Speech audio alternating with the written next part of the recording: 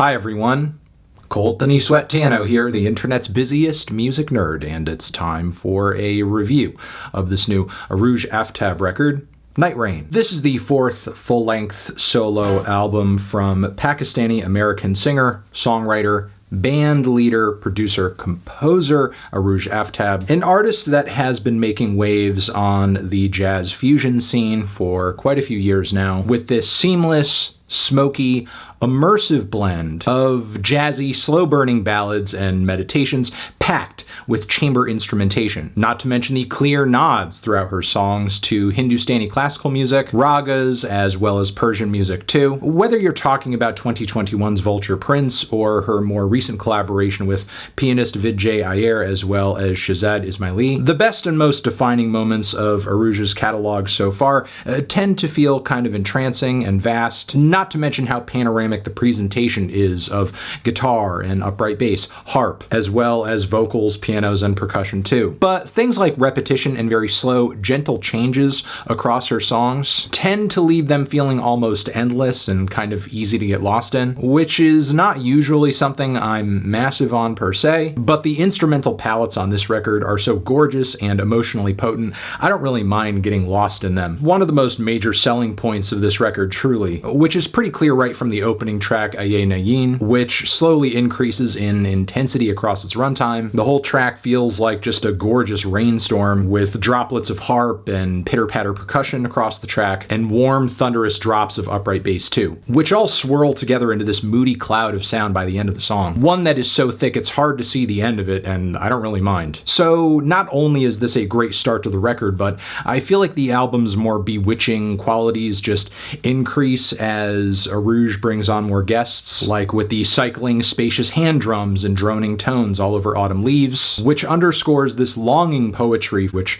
reads like an old Billie Holiday song, something along those lines. And the heartache on this one reaches a climax as we're hit with these really slick electric piano keys from James Francis. Moving on from here though, Bolo Na is a heavy jazz fusion piece with a truly sinister bass line, gorgeous and eerie vibraphone chords too. And while I do love Arooj's vocals on this track, the true, very dark cherry on top of this one is all of the spoken word contributed by none other than More Mother, who has a lot to say on this track when it comes to love, learning to love, what it means to love, and to feel safety in a love context. There's the Last Night Reprise, which is obviously a slick, nocturnal, jazzy take on a cut from Arooj's last full-length LP, one that features a couple of very impressive guests, the most surprising of them being Khaki King. Maybe I'm out of the loop, but that's sort of an unexpected crossover, but still one that's great and makes sense given the subtle, technical guitar wizardry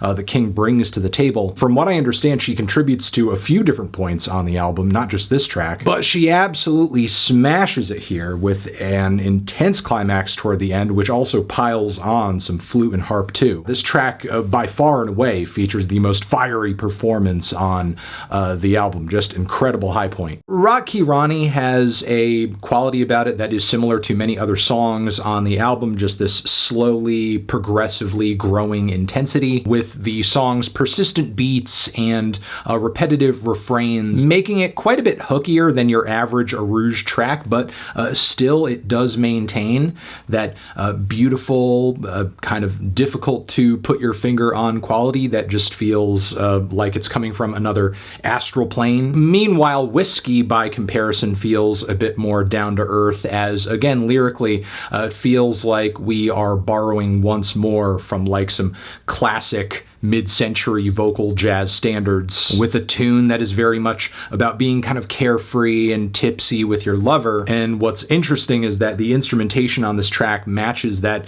sensation in kind of a literal sense, with it feeling so woozy and sloshy. There is truly a watery quality to it as it moves back and forth in waves. I would say the sound of this track is just as heavy and as vast as a body of water too. There are moments on the record that I wish had a bit more structure or momentum to offer, like the drony and gorgeous Zamin toward the very end of the album, which I think starts a lot stronger than it finishes. Meanwhile, Nagul does feature some very impressive piano work, but also kind of a start-stop quality to its structure that makes it difficult to kind of will myself to the track like I have many others here. But I think my least favorite moment on the record has to be maybe Saki, which does feature prior collaborator Vijay Iyer on piano, but there are points where the instrumental palette on this one does tend to feel a little new agey or like, you know, relaxation CD music, which is truly when the vibes on this record are at their lowest. Generally though, my final thoughts on the album are of course that it's gorgeous in its best moments, and believe me, there are many of those best moments.